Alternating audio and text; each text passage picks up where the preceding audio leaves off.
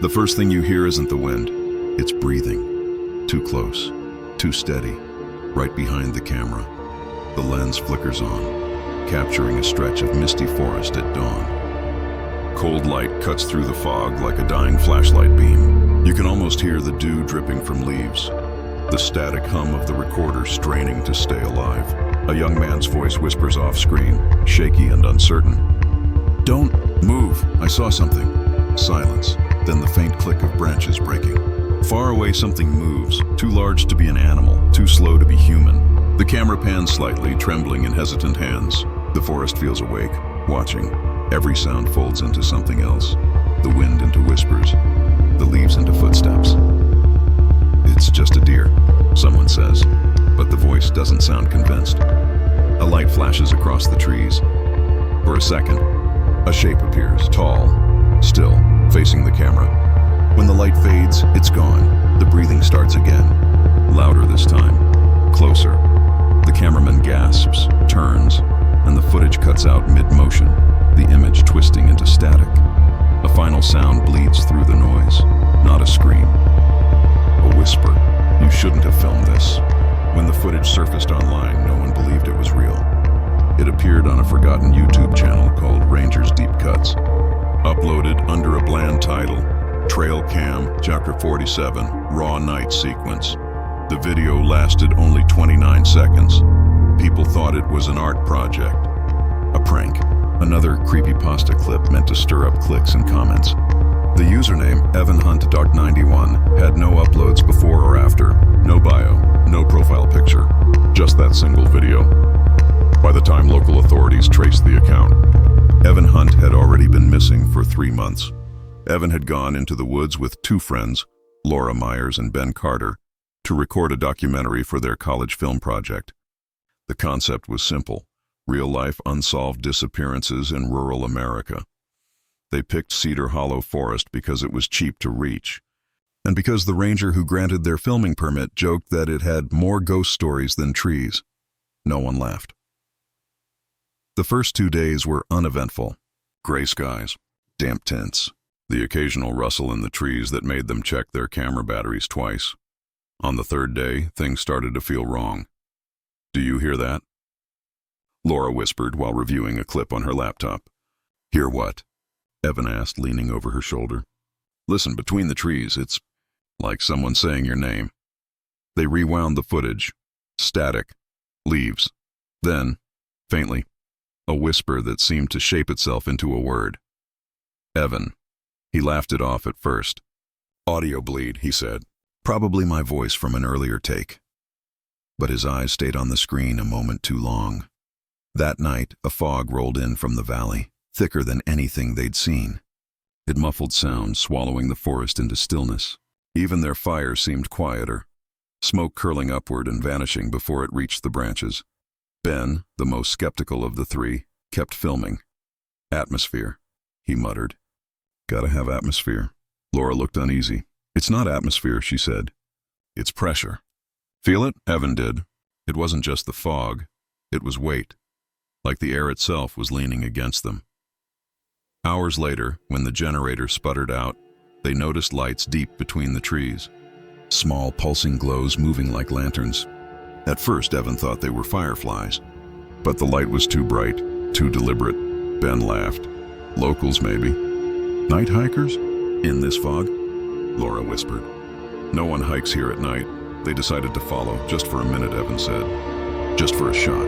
The camera's night vision flickered to life, grainy green swallowing the screen. Branches clawed against the lens as they moved deeper.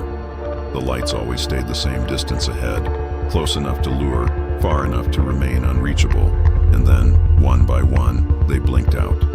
The silence that followed felt wrong, like sound itself had stepped back. Laura's voice came out small. "Evan, I think we should go back." 5 more minutes, he whispered.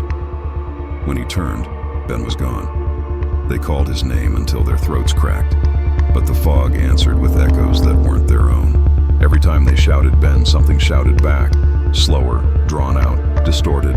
"Benin." They stumbled back toward camp, disoriented. The compass needle spun in circles. Landmarks twisted.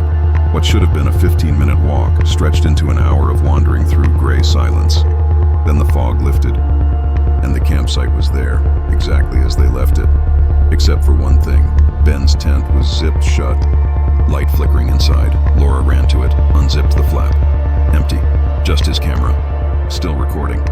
Evan picked it up and checked the playback. The last frame showed Ben's face, close to the lens. Terrified, whispering something. He couldn't make out the words.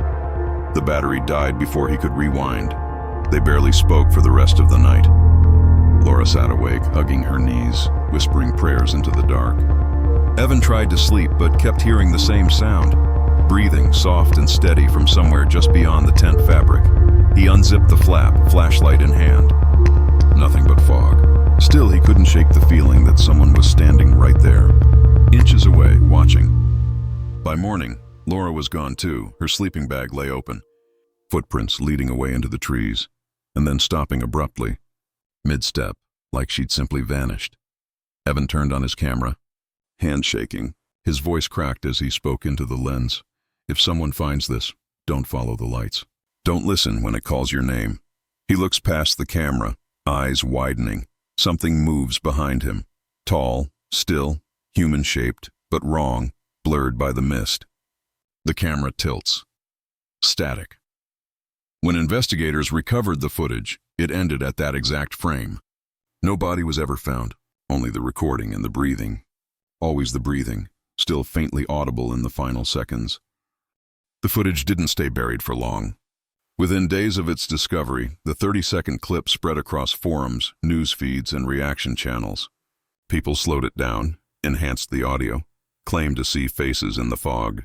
The usual internet frenzy. But buried beneath the noise, a few observant viewers noticed something stranger. In the video's background, behind Evan Hunt's trembling silhouette, there were shapes. Not one, several, standing still among the trees watching. Each upload of the clip was slightly different. Each version contained one more figure. The local ranger, Martin Cole, was the first to break silence. He agreed to speak on camera, reluctantly, during an investigative documentary months later. The interview began with the sound of rain against his cabin roof. His voice was hoarse, eyes rimmed red, the look of a man who hadn't slept properly in years. Cedar Hollow was never supposed to be open to the public, he said. Too much bad history in that stretch of land. They kept changing the name to make people forget. He leaned forward, hands clasped. Before it was Cedar Hollow, it was Hollow Creek. Before that, the locals called it the Waiting Wood. When asked why, he smiled without humor. Because things waited there. Not animals. Not people, just things. He told the story like someone reciting a prayer he hated. In the late 1800s, a settlement had been built near the forest edge. Loggers, miners, families. Within a year, half of them disappeared. No blood, no bodies. Just silence. Houses left with candles still burning, food still warm. The survivors claimed the forest took them. The town was abandoned, overgrown, forgotten, until the modern hiking trails cut through the same soil. I told those kids not to camp past marker 12. Martin muttered. There's a reason the trees grow closer there. They're trying to keep something in. He looked at the interviewer then, directly at the camera. You ever seen fog roll uphill? Against the wind? That's how it starts. A week after the documentary aired, a hiker named Dana Whitmore claimed to find a memory card near Cedar Hollow's northern ridge, buried under roots like something had tried to hide it. The footage was labeled Night 2, Backup Cam. It showed Evan, Laura, and Ben setting up camp, laughing, teasing each other. Ordinary human moments. Then the tone shifted when they started hearing noises, rhythmic tapping, like knuckles on wood, coming from all directions. Laura's voice trembled. Do you hear it counting? Evan laughed, but his hand covered the lens, as if he didn't want the camera to see his face.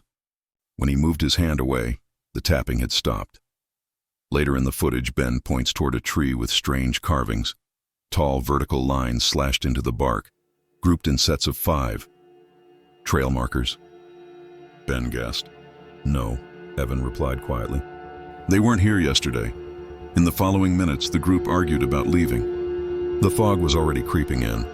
They stayed. Then, in the darkness, something whispered from the trees. too faint to distinguish, yet unmistakably human. Laura started crying. "It's counting again," she said. 1, 2, 3. Static swallowed the rest. What made the recovered footage truly disturbing wasn't what was there. It was what wasn't. Every recording cut out for exactly 66 seconds at random intervals. Always 66. Sound experts confirmed. No glitch, no compression error. Something, or someone, had deliberately removed those. Seconds. One frame from the tape's metadata revealed a glimpse of what might have been inside those missing moments. A distorted image of trees bending inward, like they were bowing towards something unseen. That's when internet theorists began calling it the hollow effect. Months later, Grace Myers, Laura's sister, agreed to speak to a local radio show. Her voice shook throughout the broadcast. Laura wasn't the kind of person to believe in ghosts, she said. She studied environmental science, logical, calm, but the week before she went missing, she called me at 2 a.m., crying. She said, "Something's following us. I hear it when I close my eyes." Grace hesitated before continuing. She kept repeating one thing. "Don't watch it back." I didn't know what she meant. The host asked her what happened after. I tried calling again, but it just rang once. Then someone whispered her name and hung up. Static filled the rest of the recording before the station abruptly ended the segment. They never aired that interview again. 3 months after the search was called off, a volunteer stumbled across an old waterproof notebook half buried near a creek bed. Inside were smeared entries written in shaky handwriting. The last line was barely legible. "If you see this, stop recording." Detective Avery Klein, who led the original missing persons case, later admitted that the search team stopped going past a certain point, not because of terrain, but because of the silence. "The deeper we went, the quieter it got," she said. "Our radio stopped working. The dogs refused to move forward, and every night the fog rolled uphill." Her partner, Officer Dane, disappeared during one of those searches. They found his flashlight miles away, still on, standing upright in the dirt as if someone had placed it there. "Sometimes," Avery said, "I still get calls from his number." "Just breathing," she paused.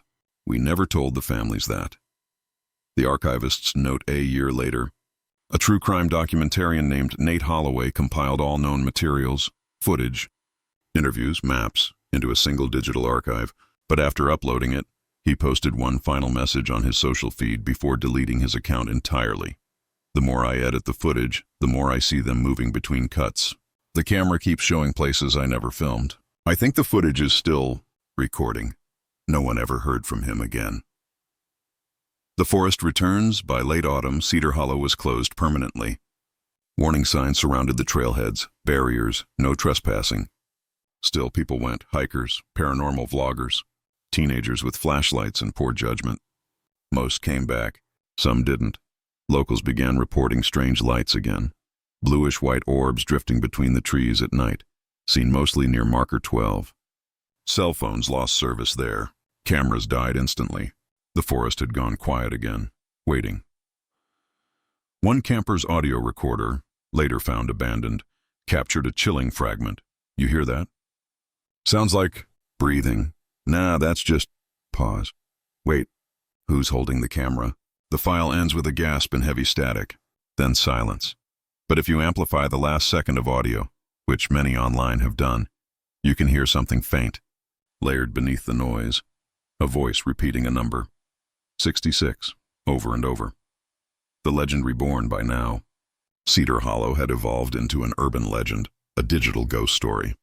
But for those who studied the case, one detail remained consistent across every recording, every testimony. The breathing. Even with the cameras off, it continued.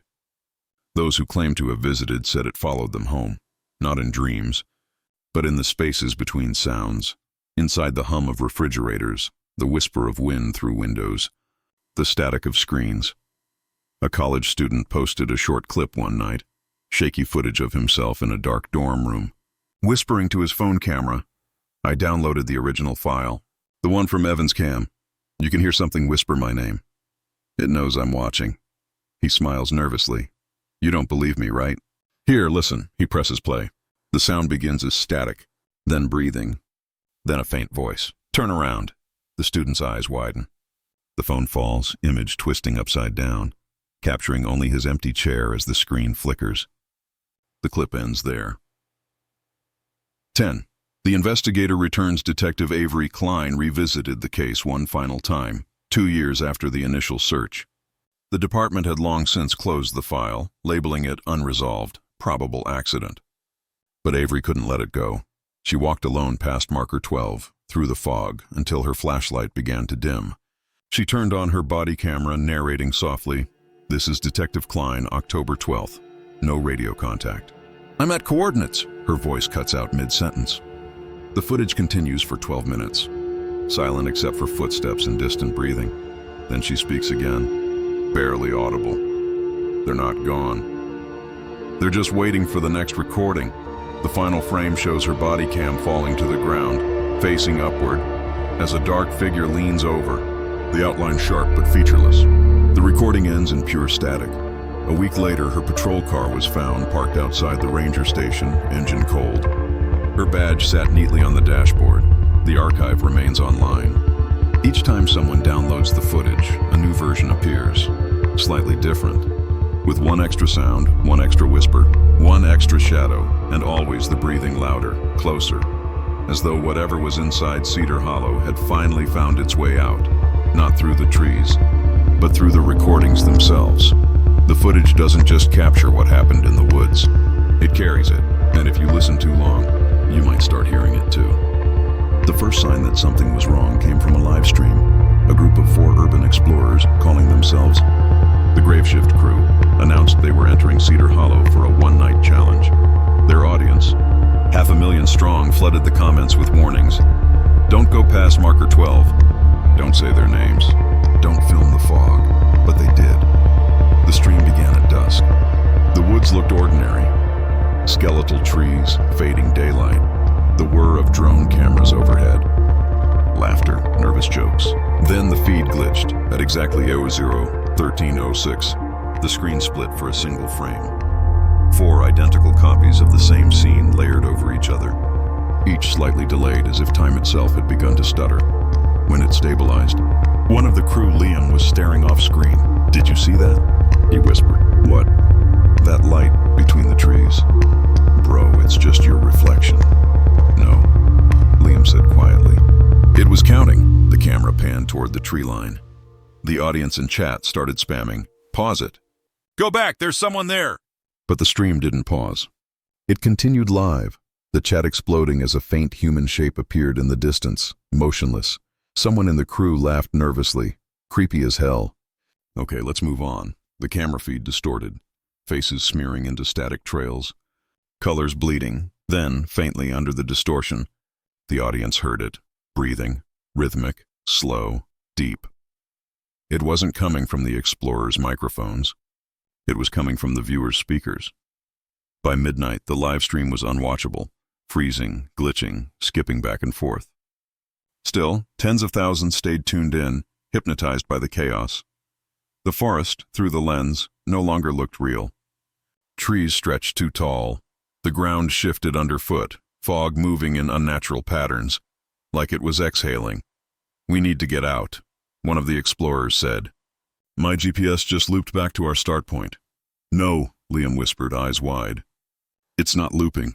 It's folding." The camera tilted down. The dirt beneath them seemed to ripple, as if something enormous was moving beneath the forest floor. Then came the whisper, "Don't look away." Liam turned the camera on himself, trembling. "It's in the footage," he said. "It's not in the woods, it's in the film." The stream went black. When it came back, there was only one person left, the camera woman Tara. She was running. The image bounced wildly. Branches clawed her face, her breath came in ragged gasps. She stumbled, fell.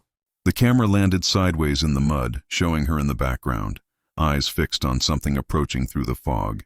She whispered, barely audible, "I think it wants us to watch." Then she screamed, static, the next morning. Nate Holloway, the documentarian who once compiled the Cedar Hollow archive, received an alert. His server was active again. Impossible. He'd deleted it months ago. He opened his laptop, hands shaking. The files had reappeared. Each video had renamed itself, time-stamped for the exact time the live stream ended. He clicked one. The footage showed Tara's camera still recording, but the scene was different. No fog, no body, just trees swaying under gray morning light. A man's voice whispered through static. "Nate." He froze. The whisper came again. "Closer. You left the camera on." He slammed the lid shut, but the sound continued, faintly from inside the laptop. Breathing. He unplugged everything, ripped the hard drive out, and still heard it. Steady, soft, deliberate. In the silence that followed, Nate realized something horrifying. The breathing wasn't coming from the computer. It was coming from behind him. He turned slowly. The room was empty, except for the mirror on the wall, one he didn't remember owning. For a split second, the reflection showed him sitting at his desk, as expected. Then it showed something else, a dark outline standing behind him, hand resting gently on his shoulder. He spun around. Nothing. When he turned back, the reflection had changed. Now he wasn't there, only the shape. 2 days later, a new file appeared in the police database, uploaded from Detective Avery Klein's old body cam. Timestamp, current year? No explanation. The footage opened in total darkness. Then faintly a flashlight beam cut through fog. "This is Klein," her voice whispered. "I'm back in the hollow. I don't know how, but I'm here." The camera panned across trees, each marked with those same tally carvings. The symbols glowed faintly in the light. "I can hear them," she whispered. "The ones who disappeared." Faint voices echoed through the trees. Evan, Laura, Ben, overlapping, whispering fragments of their last recordings. "It's counting." "Don't follow the lights." "It's watching." Then a deeper voice joined them. "Not human. Record." The body cam shook violently. Klein screamed, but the sound stretched, distorted, until it wasn't human at all. The video fractured, looping her scream back into itself like a broken tape. When the frame stabilized, she was gone. The camera lay in the mud, and behind it, standing perfectly still, were 3 silhouettes, one male, one female, one tall and indistinct. Their faces flickered, glitching between human and static, as if the recording couldn't decide what they were. The file ended abruptly. The final sequence began without warning, automatically uploaded to every device connected to the archive. Phones, TVs, even security cameras. It showed Cedar, hollow under heavy fog, empty, silent. Then a faint movement, dozens of figures emerging between the trees, not walking, drifting, each carrying a faint, pulsing light in their hands. They stopped at the edge of the forest, forming a line. And then they looked directly into the camera. Thousands of people watching from around the world reported the same experience. Their screens froze on the image. But the sound continued, breathing, growing louder. Some said they felt air moving against their skin, as if something stood behind them while they watched. Others claimed they saw their own reflections blink out of sync with their movements. One viewer, a teenager in Ohio, recorded himself reacting in real time. "This isn't fake," he said, voice trembling. "It's looking at me." He backed away from his monitor. The camera on his laptop flickered to life by itself, green light glowing. "I didn't turn that on," he whispered. Then, faintly, through his computer's speakers, a voice. "You're next." His screen went black. By the end of that week, devices around the world began malfunctioning. Files duplicated endlessly, timestamps resetting to 0066. Video editors reported strange visual artifacts, outlines of trees, figures in backgrounds where none had been before. Psychologists coined the term cedar exposure syndrome for victims who claimed to hear breathing whenever they closed their eyes. One researcher made a chilling discovery: the audio spectrum of the breathing contained patterns identical to human EEG brainwaves. It wasn't sound. It was thought. Something was communicating.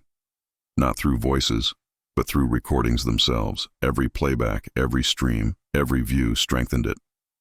The horror wasn't confined to the woods anymore. It had migrated into the act of watching. Desperate for answers, Nate Holloway returned to the forest one final time. He carried only one camera, old, analog, no digital memory. He spoke softly into the mic. "If this thing spreads through recordings, maybe film can trap it again." Fog greeted him like a living thing. Every direction looked the same.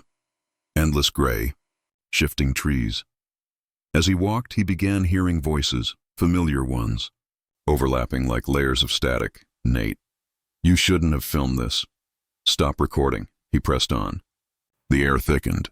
His flashlight beam bent sideways, as if the darkness itself were pulling light toward it. Then he saw it. The clearing, a circle of dead trees, their bark blackened and split. In the center stood an old wooden tripod, like a primitive camera stand. Something hung from it, a strip of film fluttering without wind. He reached out, fingers trembling. The film strip felt warm, pulsing faintly like a heartbeat. Through the viewfinder of his camera, he could see movement, shapes coalescing in the fog, forming faces. Evan, Laura, Ben, Detective Klein. They were all there, staring back. "Help us," they whispered. "Delete it!" The forest began to hum, low, resonant, alive. The sound vibrated through his chest. The film strip burned at the edges, smoke curling upward into faces that screamed without sound. He turned to run, but every direction was the same clearing now, repeating infinitely as though the forest had folded into itself. The humming grew louder, transforming into breathing. Then a voice, deep and calm, "It's not what you record, it's what records you." The camera dropped, image tilting. For one instant, before the feed disintegrated, the lens captured Nate's reflection in the fog, his eyes black, his expression vacant. Then the screen went white. Days later, hikers near Cedar Hollow reported seeing an old camera sitting upright on a fallen log. Inside was a roll of film, fully developed despite no light exposure. Each frame showed the same thing, the empty forest, but when arranged in sequence, the images moved, faintly. The fog shifted, and in the final frame just behind the trees, a dark figure leaned toward the camera, whispering something no one could hear. Every person who viewed that film reported the same thing later. They began hearing breathing in their own recordings, phone videos, voicemail messages, even white noise from radios. The legend no longer belonged to Cedar Hollow. It had transcended the forest. It lived now inside every act of watching. Some say if you slow the footage of Nate's final recording, you can see faces hidden between the trees. Evan, Laura, Ben, and Klein, trapped inside the frame, watching endlessly. Others say those faces keep changing, that each new viewer adds another to the background, and somewhere, in the static between frames, a voice whispers softly, "Keep filming. The hollow no longer waits in the woods. It waits in the lens, and once you've seen it, it sees you too." Morning found no trace of them. The search teams came 2 days later, deputies, volunteers, even a drone unit from a nearby county. They combed through acres of tangled undergrowth, following coordinates sent from an anonymous number that pinged Alex's phone. But the woods were quiet, too quiet. The kind of quiet that made birds vanish and radios lose signal. They found the van first. Doors open, headlights drained, battery dead. Inside were sleeping bags still zipped, cameras with drained batteries, and a half-eaten bag of chips gone stale. No blood, no struggle, just the faint smell of damp earth and something else. Something sweet and rotten, like flowers left too long in the sun. Sheriff Calloway reviewed the footage 3 times before locking it away. The first file was titled Night 1, the last, Don't Move. What played between those titles didn't make sense. Flashes of light, shadows that moved against gravity, voices overlapping in frequencies that didn't match the crew's mouths. The final frame was Alex's camera spinning in the dirt, capturing his own reflection for a split second, his eyes hollow, mouth open in silent horror, before the tape cut to black. The forest had taken them, or something inside it had. Weeks later, the story hit the internet. Unedited found footage, the most terrifying events ever caught in the woods. Millions watched. Forums erupted. Some called it fake, some called it cursed. Those who downloaded the full file began reporting strange glitches, screen distortion, faint whispers when the video was paused, and faces flickering between frames that weren't part of the original cast. One user, Greenhouse Witness, posted at 2:47 a.m., "I heard breathing behind me while watching it. I live alone." His account vanished the next day. A month later, a forestry team found a new path in the same area, a thin, unnatural clearing that hadn't been there before. No tools had cut it. No fire had burned it. The trees had moved. At the center lay a camera, old, weather-worn, its casing warped, metal rusted. But the SD card inside was untouched. Deputies played it on sight. The screen filled with static, then stabilized. A single shot of the forest at dawn. The lens zoomed in slowly, as if someone unseen was behind it. And there among the trees a figure stood, still, watching. "Alex," a voice whispered. Not from the footage, from the playback device itself. As if the woods had found its way into the machine, the device overheated and died. When they pulled the SD card, it was blank, completely empty. 6 months later, the footage resurfaced online again, not uploaded by any known user, yet appearing in multiple countries at once. This time, the title card had changed. The most terrifying events ever caught in the woods. Part 2. Except, no one had made a sequel. A popular paranormal channel downloaded it for review. The host, a calm skeptic named Ryan Holt, streamed it live to over 100,000 viewers. As he watched, the chat filled with panic. People said they could hear screams under the static, real screams, layered beneath the audio. Some said they saw faces forming in the black frames between transitions. Halfway through, Ryan froze. His camera caught him staring off screen, then whispering, "It's behind me." The stream went black, no ending, just the faint sound of wind, or maybe breathing. Now years later, the footage still circulates. Copies appear on forgotten forums, private torrents, dark archives. No two versions are exactly the same. Some have additional frames, others end earlier. In one, Alex's voice returns near the end. It doesn't stop. Every time someone watches, it finds a way back. Those who claim to have seen it all, the full, uncut file, never speak about it again. Not because they won't, because they can't. Their friends describe them as hollow, distracted, staring into corners where there's nothing, whispering apologies to the dark. One man was found in his living room with every mirror covered. On his phone, a single note. "The trees remember faces." There's one last file in the sheriff's evidence vault, still sealed under court order. A copy made by Calloway himself before the footage vanished. He keeps it on a separate drive in a locked drawer, never labeled, but every night the LED flickers on. Even when the computer's off, he says he hears something faint, like breathing, maybe whispering, coming from the USB port. Once he swore he heard his own name. He doesn't sleep much anymore. And sometimes when he looks out his window, he swears he sees a shape at the tree line, still, watching, waiting.